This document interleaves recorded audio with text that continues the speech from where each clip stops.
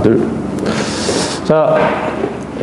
자, 우리 이제 240페이지, 전후 남북한의 정치와 경제 봅시다. 잠깐만요. 이거 초점 맞죠? 잠깐만. 자, 240페이지입니다. 우리 시험 범위에 해당되는 부분이고, 이미 다 배운 내용입니다. 알겠어요? 여러분들 코로나 때문에 빠진 내용을 보충해 주는 거니까, 보면 좋겠습니다. 알겠습니까? 이것도 쌤이 일부러 찍어 주는 거니까. 자, 전후 남북한의 정치와 경제. 전후 남북한의 정치와 경제에 대한 얘기입니다. 자, 이게 이제 우리가 기말고 중간고사 끝나고 난 뒤부터 나왔던 내용이에요. 근데 이제 발표도 많고 여러분들 백신 때문에 빠지고 이런 부분들 안 못 본 친구들도 많으니까 꼭 한번 다시 체크해 보시고요. 이 부분은 이게 좀 근현대사가 그렇습니다. 조금 좀 우리 생소한 부분이 많아. 생각보다 이 부분을 제대로 다루고 이렇게 해본 적이 중학교 때 별로 없지 싶어요. 우리가 그냥 좀 이게 좀 논리적으로 좀 사건 인과관계를 갖다가 좀 명확하게 정리하는 부분은 잘 없지 싶은데, 쌤하고 이거 다시 한번 정리하면서 이 파트 정리해 봅시다. 243페이지까지입니다. 243페이지까지. 일단은 이승만의 독재 정치. 이승만의 독재 정치라고 하는 거. 왜 이승만이 독재자인가? 지난번에 다 설명했다시피 법을 자기 중심으로 바꾸면 그게 독재입니다. 알겠습니까? 우리가 만들어 놓은 헌법이라고 하는 건 물론 이게 우리 헌법 자체가 사실 서양의 어떤 여러 가지 제도와 문화를 받아들인 과정 속에서 만들어진 거지만 우리가 합의한 내용이잖아요. 맞죠? 국민들의 합의에서 만들어진 헌법을 갖다가 자기의 어떤 정치적 목적을 위해서 바꾼다면 그건 독재라고 볼 수 있겠지. 맞죠? 그래서 요 이승만의 독재 정치는 우리가 대표적으로 발췌개헌 다 배웠습니다만, 발췌개헌과 4.4 5.2개헌이라고 게 있어요. 일단은 이 1952년이었습니다. 이거 발췌개헌이라고 부르는 게 있고요.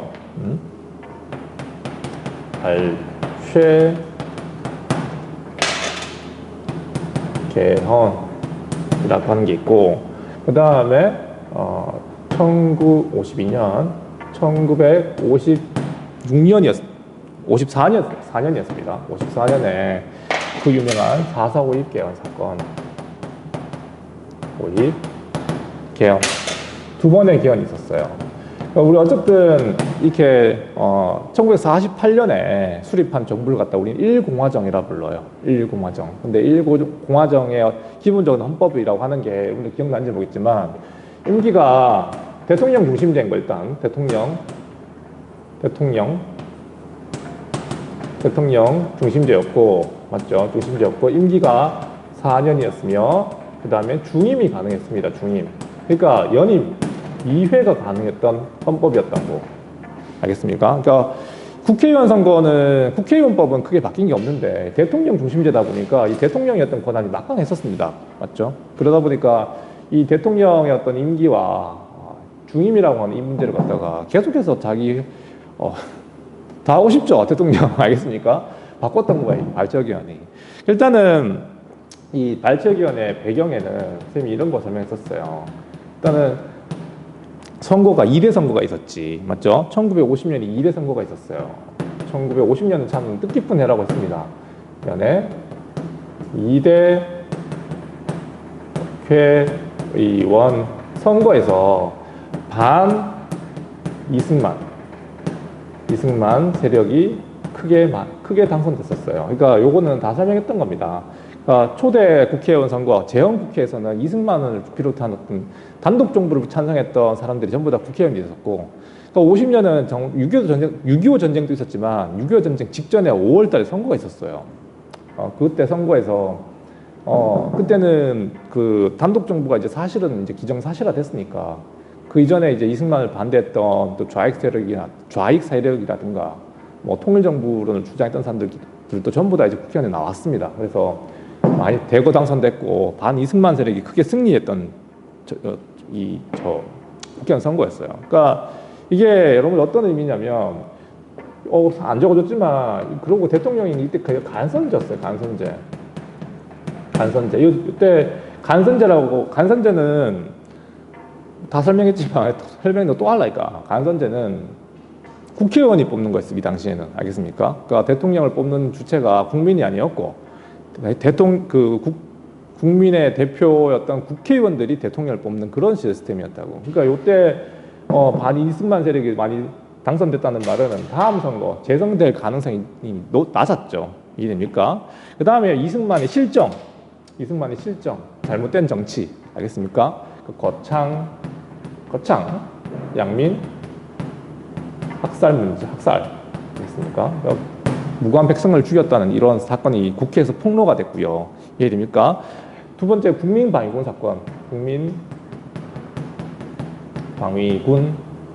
사건, 이것도 이 대표적인 군납비리라고 선생님이 다 보여줬던 겁니다. 이것 때문에 수십만 명이 이거 적군한테 죽은 게 아니라 비리 때문에 우리 국군들이 사망한 사건이었다고 선생님이 다 설명했었어요. 거창장민항 사건 사건, 그 당시 지리산 일대에 있던 무장부비를 토벌하는 과정에서 이게 이제 무고한 사람을 죽였던 사건이 국회에서 알려지게 됐고 전부 다 국회에서 밝혀진 거죠. 2대 국회에서 이러면서 이승만은 지지를 많이 상실하게 되지. 이해됩니까? 사실 이것 때문에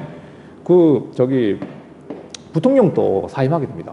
그 정도로 이제 엄청난 사건이었던 게 바로 이 두 사건이었어요. 어쨌든 이것 때문에 이승만은 사실상 재임이 어려웠었어요.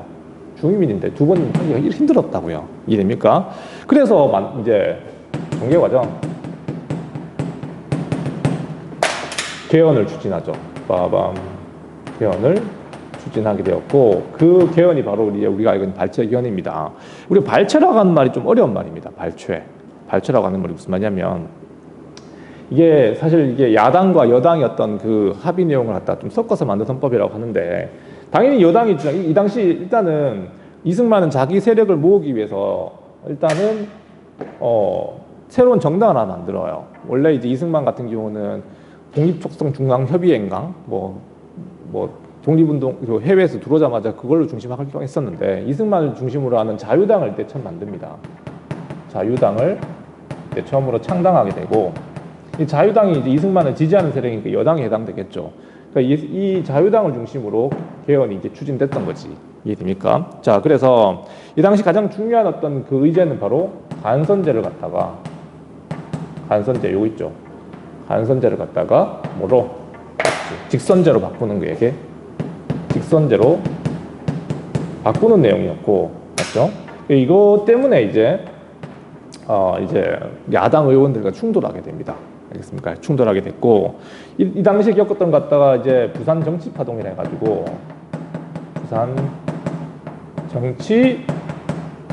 해가지고, 반대하는 야당 의원들을 갖다가 간첩으로 몰아가지고 그냥 강제로 연행하고, 이해됩니까? 그래서 이제 통과시킨 법이 바로 발췌개헌이라고 부르는 법입니다. 이게 왜 발췌냐? 결과 강제로 통과시켰어. 어쨌든 이승만의 뜻은 이게 일단은 간선제가 아니고 직선제죠. 직선제와 의원 내각제 적용이었어. 의원 내각제 요소를 갖다가 일부 이제 이건 야당이 주장하는 거였었어요. 대통령 중심제가 너무 문제가 많으니까 이제 의원 내각제적 요소를 갖다가 일부 가미했다 해가지고 발췌라고 하는 겁니다. 알겠습니까? 그래서 이 당시 대통령은 다시 누가 됩니까? 대통령은 이승만이 다시 당선되고요. 놀랍게도 52년 전쟁 중에 이렇게 선거가 이루어지는 이런 놀라운 나라입니다. 알겠습니까? 부통령은 함태영이라고 하는 사람이었어요. 함태영. 잘 몰라도 됩니다. 어쨌든 이렇게 하여 직선제로 이제 다시 당선된 거죠. 알겠습니까? 이게 우리는 발췌개헌 사건이라고 부르는 겁니다. 부산 정치 파동을 통해 가지고 야당 의원들 막 협박하고 하는 그런 어떤 잘못된 정치가 이때부터 시작된 거죠. 알겠습니까? 자, 이렇게 해서 두 번째 재임에 성공해요. 알겠습니까? 그럼 다음 선거가 언제입니까? 56년이잖아요. 56년. 그러니까 56년에는 사실 대통령이 나올 수 있나 없나 중임이니까 2회를 다 해버렸잖아요. 맞죠? 그 못 나오는데 이때 이제 개헌을 또 추진하게 되죠. 맞죠? 자, 배경에는 뭐가 문제야 이번에는? 맞죠?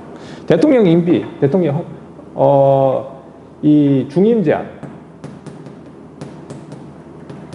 제한이 있다는 이거 두 번밖에 못하는 이걸 갖다가 개헌하려고 했던 거였고, 알겠습니까? 이걸 어떻게 바꾸자? 초대 대통령에 한해서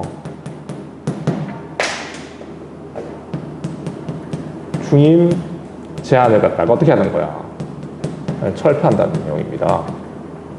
오케이? 그러니까 이승만은 2회 말고 몇 번 할 수 있다? 무한대로 할 수 있게 만들어 준 거죠.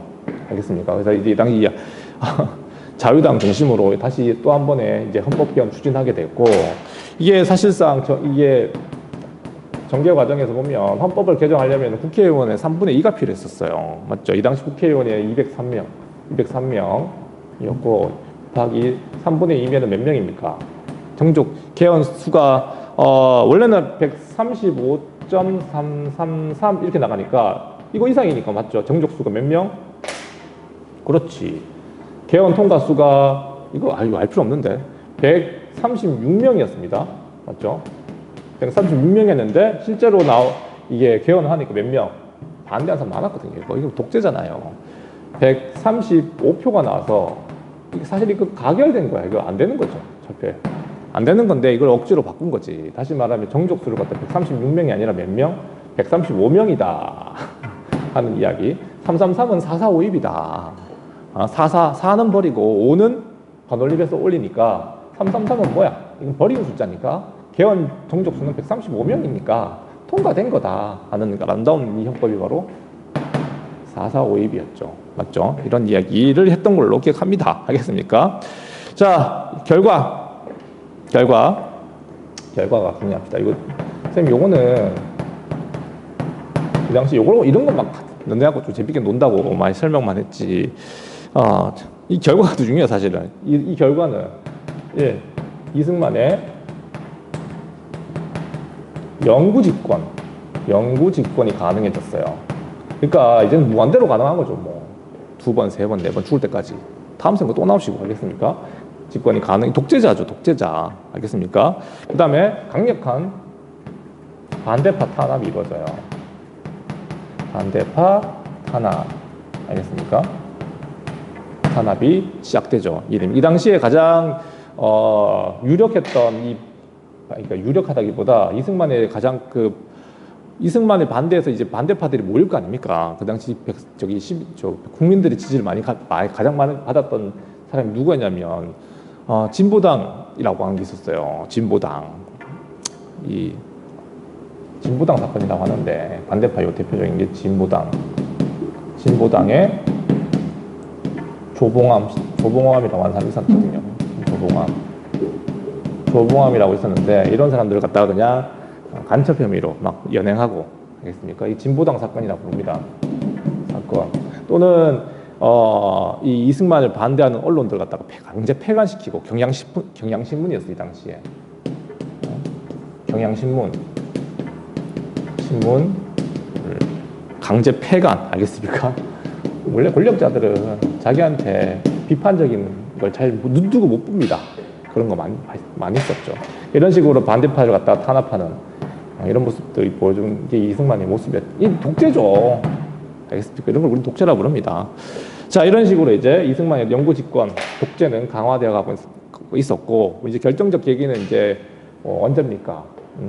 56년에 대통령 선거 있었습니다. 이건 헌법 54년에 바꾼 거고, 이됩니까?